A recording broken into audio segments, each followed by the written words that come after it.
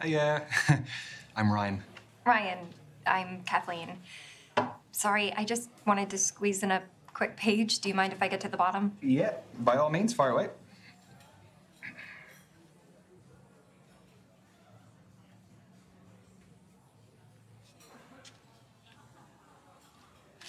Done. All yours. What are you reading? The Evolution of Bond-Forming Dynamics Across the 21st Century by Professor Gertrude von Nosselhoff. Well, it must be a pretty good read if you're sneaking in pages in between dates. Oh, no. I have to finish it for a seminar tomorrow. I'm a PhD student in behavioral psychology. What do you think of it? She has some interesting points. The chapter I'm on covers the influence of pop culture on behavioral modeling and attraction dynamics. Yes. No, that does sound interesting, but, I mean, please don't ask my opinion on it, because Yeah. I wouldn't expect that of you. But if this goes well, maybe you'll learn a little something. Okay, so you're here because you're looking for a study buddy. No, quite the opposite. I need someone to keep me out of the library occasionally. So the age-old work-life conflict. Which side of it do you fall on? Am I allowed to say that balance is best? No fence sitting, one or the other. Work it's just a necessity. I mean, any moment I'm not in work or on the clock, I can devote to whatever I actually want to do. So you're a 9-to-5-er? At the very most. I don't think I could stay out of the library that much. Anyway, I have a confession to make. Okay, already. Everyone tells me that for whatever reason, I haven't lived. I don't believe that. I've never been to a nightclub. Never. What, your fourth stint as a student and you've never even set foot in a nightclub? I would rather spend the day in a cafe with a book and my laptop. This is your halfway warning, guys. Halfway. So you are still studying to become a more qualified psychologist? The more you know, the more you earn. So where do you see yourself in 5 years? Sorry, I researched good speed dating questions before tonight. That's what you got?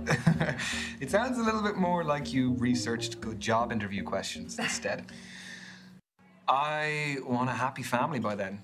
I just want to be in a loving relationship and however many kids life blesses me with. Okay, so say life has blessed you with one child, boy or girl? Okay, blessed was a bit of a lame choice of words. No, it was sweet. Oh, sweet. That's what every guy wants to hear on a first date. Am I allowed to say neither? Yeah, I feel like I'd leave them free to decide who they want to be. And if that subscribes to a gender norm, great. And if it doesn't? If not, that's great, too. Then go. Question. How do I know that all of this isn't part of your PhD thesis? That all the guys here aren't just your guinea pigs? You don't. But a study at the University of Virginia found that we are more intrigued by those whose thoughts and feelings are unclear. You have a study for everything. Is that supposed to be my key takeaway from today? I'll offer you a better one. From Professor Nosselhoff? I'll find one from the start of the book. Here we go. This is a good one. When we set off on a journey, we are riddled with excitement or apprehension. Nothing in between. It's not exactly one you'd read in the toilet, is it? No, not quite. Well, that's Nosselhoff's opinion, but I think that apprehension is our body's way of telling us that something is worth doing, despite the risks. You know, we can actually reprogram our brains to interpret nerves as excitement. They're similar chemicals. I did that before coming tonight. Would you do that before tests as well, that sort of thing? Oh, yeah. Very helpful for tests. It's clever, isn't it? Brain's clever. Not mine. Got 1 minute to go, guys. Just 1 minute. Well, how do you fancy spending the final minute? Why not leave that to Professor von Nosselhoff again? Let's get a takeaway from the end of the book. People only care about the end of the book. I want the answers. All right. Right now. Come on. I'm ready. Final words from the book. Everything is transient. Time, life, relationships, none belong to us. Only our purpose does. Around it, all else is determined. So the things will enter the orbit that we create around ourselves. Is that what that means? Exactly. Every decision we make affects who's pulled into that orbit, whether we know it or not. The quote is actually really relevant to my life. I'm finally focusing on my orbit and mine alone. Thanks for listening. No problem. And I'm glad to hear you're doing that. That's your lot. Ladies and gents, time's up. Let's be moving on. This was fun, Ryan. Yes, it was. It was really great to meet you, Kathleen. So I'm not the biggest social media user, but they say that's the best way to keep in touch nowadays. What does Professor von Nuzzlehoff say? Who do you think I got it from? At Kathleen Parker 88. Okay. I got it. Have a nice evening. You too.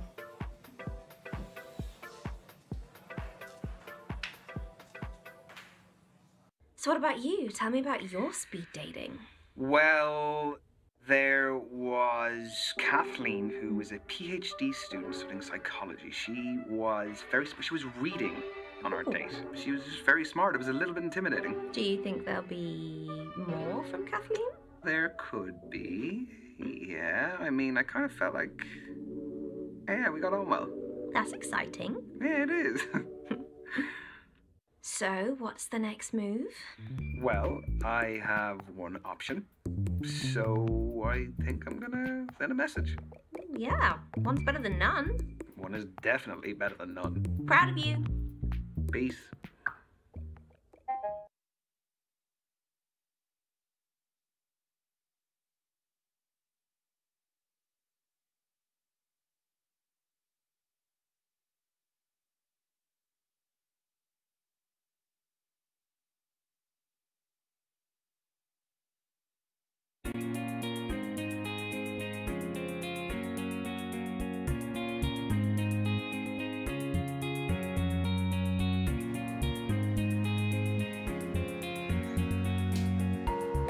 Ryan. Please? No, don't get up. Hi. The early bird catches the worm. Have you been waiting long? No, I was just passing time with a bit of people watching. I love thinking about what brought all these humans to cross paths with me. Do you have any good stories? Yeah, that couple over there. Yeah, don't look. They're having a relationship showdown. When they arrived, he was really physically affectionate with her. But then as she became more animated, he withdrew into himself. Do you think it's over? She'll hear him out, but her body language suggests she's made up her mind. How do you take breakups? Wait. I want to know, is there anything that he could do that could save the relationship? It really depends on how unhappy she is. Well, if someone doesn't want to be in the relationship, I don't think there's any point trying to make them stay. I think you have to respect their decision. And I think you need to respect yourself enough to walk away. That takes a lot of maturity, especially through something that can feel humiliating. Unless you weren't that invested in the first place and she did you a favor. No comment. So, I saw that you found me on social media. Yes. I hope you don't mind the likes. Not at all. I'm awful at it, so I appreciate the support. No, you're not. You have some great, cool, natural images on there. I really like seeing a person's social media because I think it's a great little insight into them. Yeah, but they can also create false representations of themselves. Yes, they can, but even that is an interesting insight in itself. Very true. Cheers. It's very good wine. It is French. My knowledge on wine is not fantastic. Old world would be like French, like European. California newer. Yeah. How is the studying going?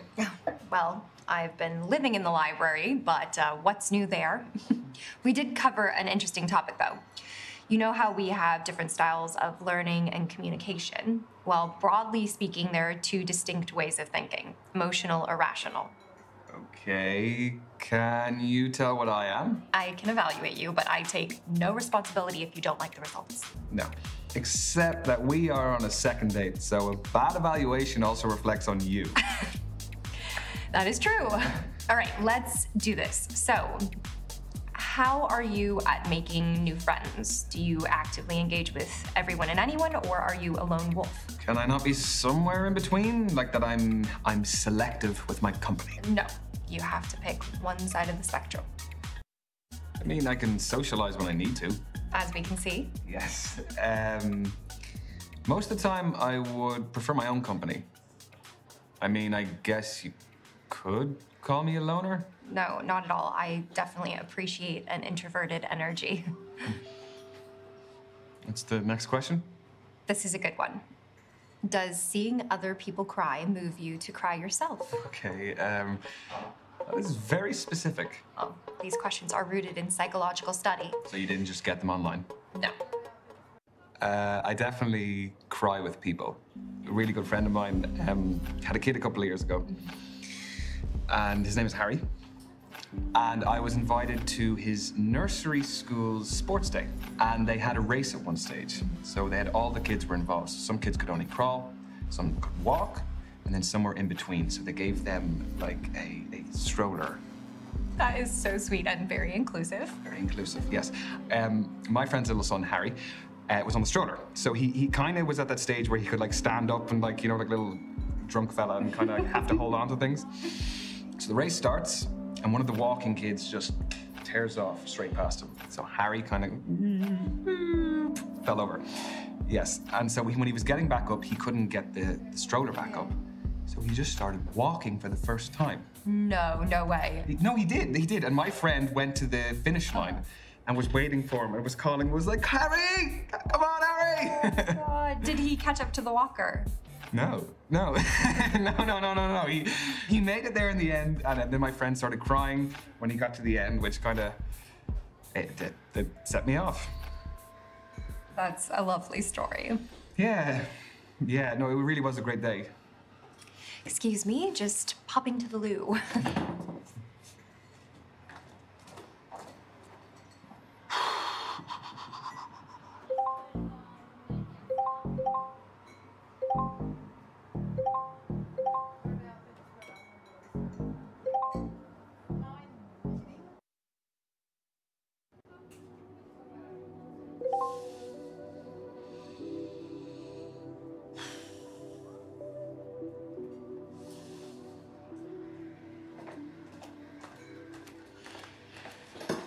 Hello. Hello. What did I miss? Not much. Wait, so what's next? Here's a big one. Are you a planner or a spur-of-the-moment person? So am I calculated or spontaneous? That's a more erudite way of putting it. Erudite, what? Like articulate. Yes, articulate, yes. I have to admit, I am a serial planner. Even things you didn't think could be planned, I will have a spreadsheet, I will have a schedule, I will have everything. Do you break down all of your dates into a spreadsheet? No, come on, that's too much even for me. Do people do that? Oh, you'd be shocked. Do you? Next up, do you like to actively or passively participate in a narrative? So if someone is telling a story, how does it unfold in your head? Like, do I experience it in the first or the third person? Exactly. Do you actively visualize yourself in the action, or do you passively absorb it from a distant perspective? Oh, I think I'm definitely passive. I just like to sit back, watch the movie unfold, and I just don't overthink it. I'm the same. I have enough to experience in my own life without transposing myself into others. Final question, Ryan. Feet don't fail me now. You can't fail. Don't make it less dramatic. Do you get impatient with people less efficient than yourself? Like how the waiter hasn't taken our food order yet. Oh, awkward. I think it's order at the bar. Ooh, I guess I'll let him off that one then. I think getting impatient is pointless. Like, what do you actually gain from getting upset at someone else's shortcomings? It doesn't change anything. Very little. You just overburden yourself with angst. Or, I mean, you just end up discouraging others. Patience is a virtue. So, what is the verdict? Based on your answers, you are a rational thinker. You are logic-focused and pragmatic. You prefer to analyze concrete details in a situation. Is that good for dating? Some people date successfully by ticking a set of boxes. Okay, but you also need an emotional connection too. Yeah, like anything, you need an emotional connection to balance out the rationality. Yours was particularly about like the pop culture influence on behavioral Modeling and attraction dynamics. And I think that that's something that's really relevant right now, especially with like all the reality dating shows. Like, what do you do if you're not studying? I like to read, which is just studying, isn't Far it? off it. Yeah.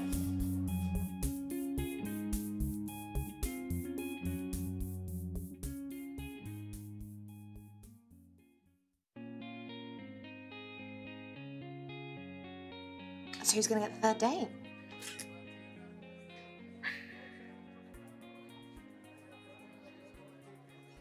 No commentary, please. He's scrolling. Scrolling back. Oh, okay.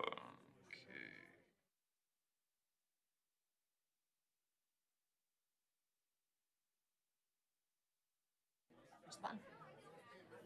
Push the button. Don't make me do it. The button. Ready? No, wait. Go!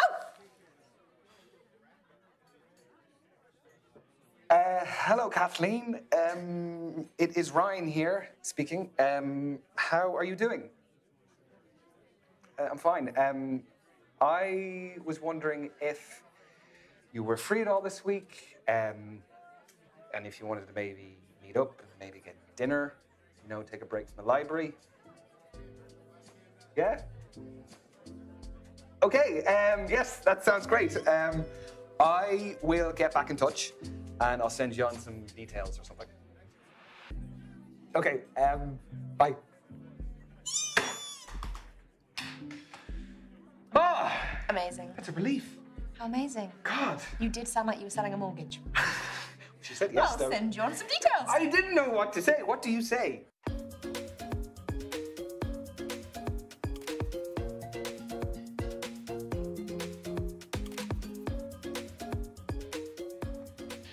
Evening, evening. Yeah.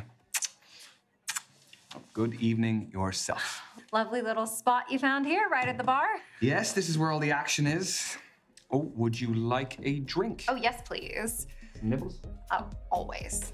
What would you like? White wine, please.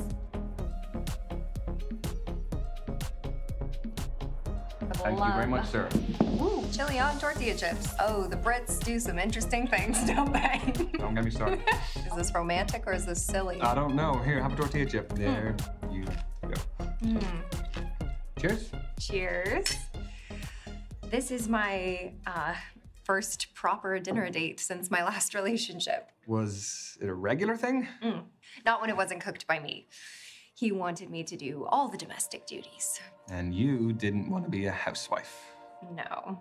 Playing devil's advocate, though, I was a student and he was earning all of the household income. Yeah, but I mean, I'm sure there was a compromise you could have found.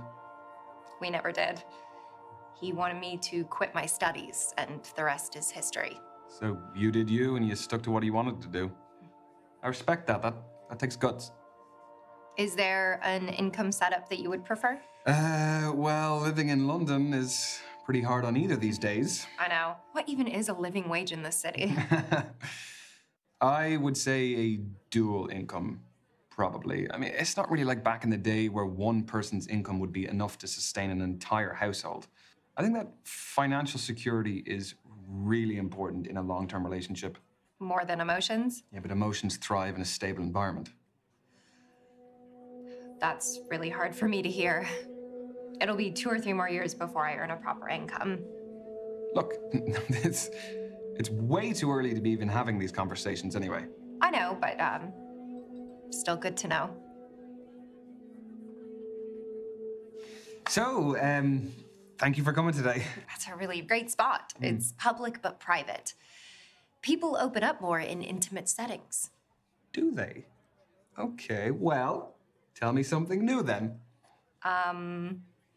I've got a scar under my hair. Oh, how did that happen? Actually, there's something else I should tell you. No, I want to know about the scar. I'm in the middle of divorce proceedings. It's uncharted territory for me. You're the first person I've got this far with since my marriage ended. We've been separated for 2 years. My education was the big problem. I couldn't contribute financially, and I wasn't willing to have a child before I graduated. He couldn't wait. I totally understand if that's an issue. I'm so sorry again.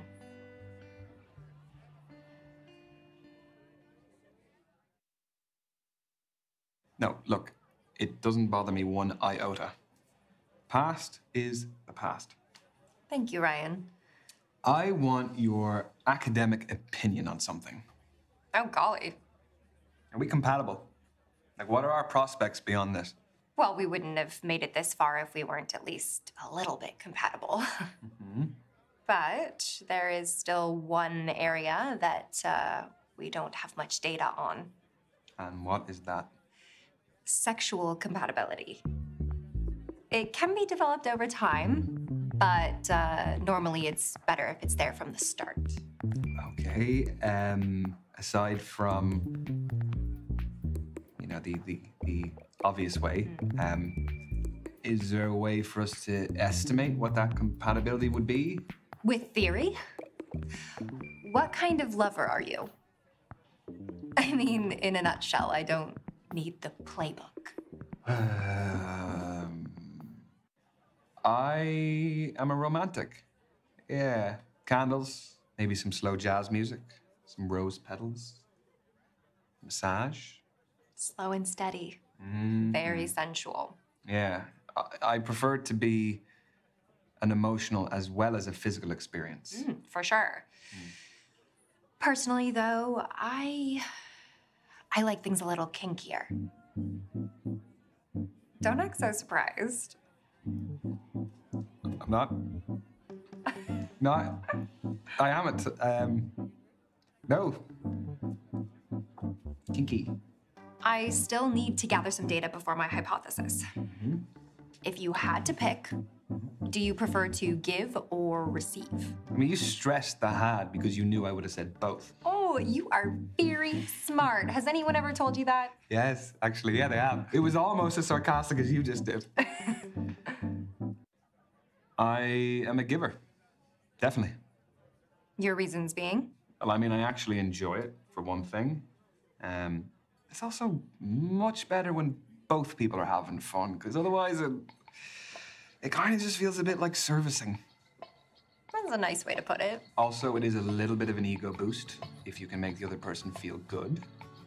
If your technique is good. Those are very valid reasons.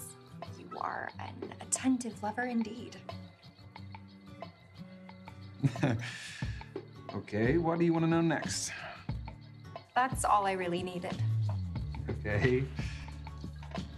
Well, what's the verdict?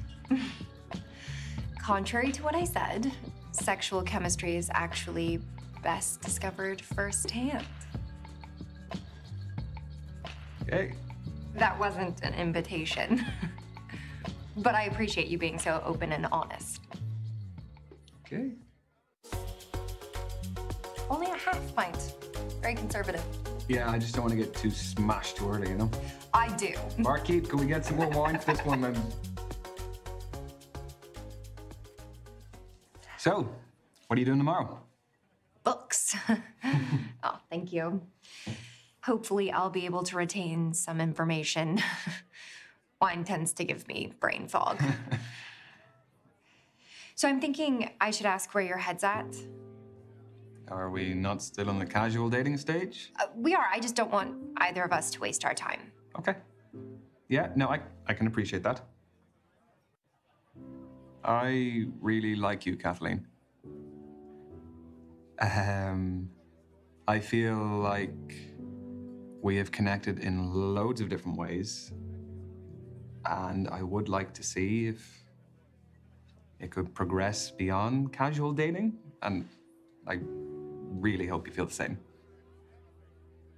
Yeah, I do feel the same.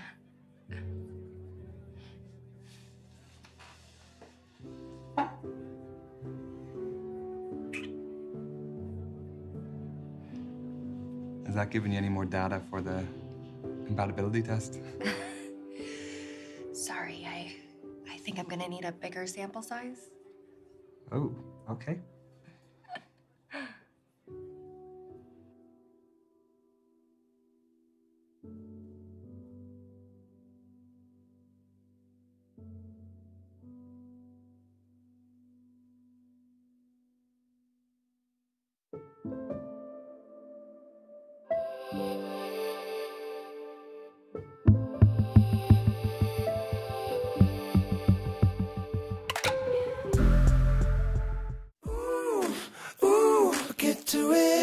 You're not a serial killer, are you?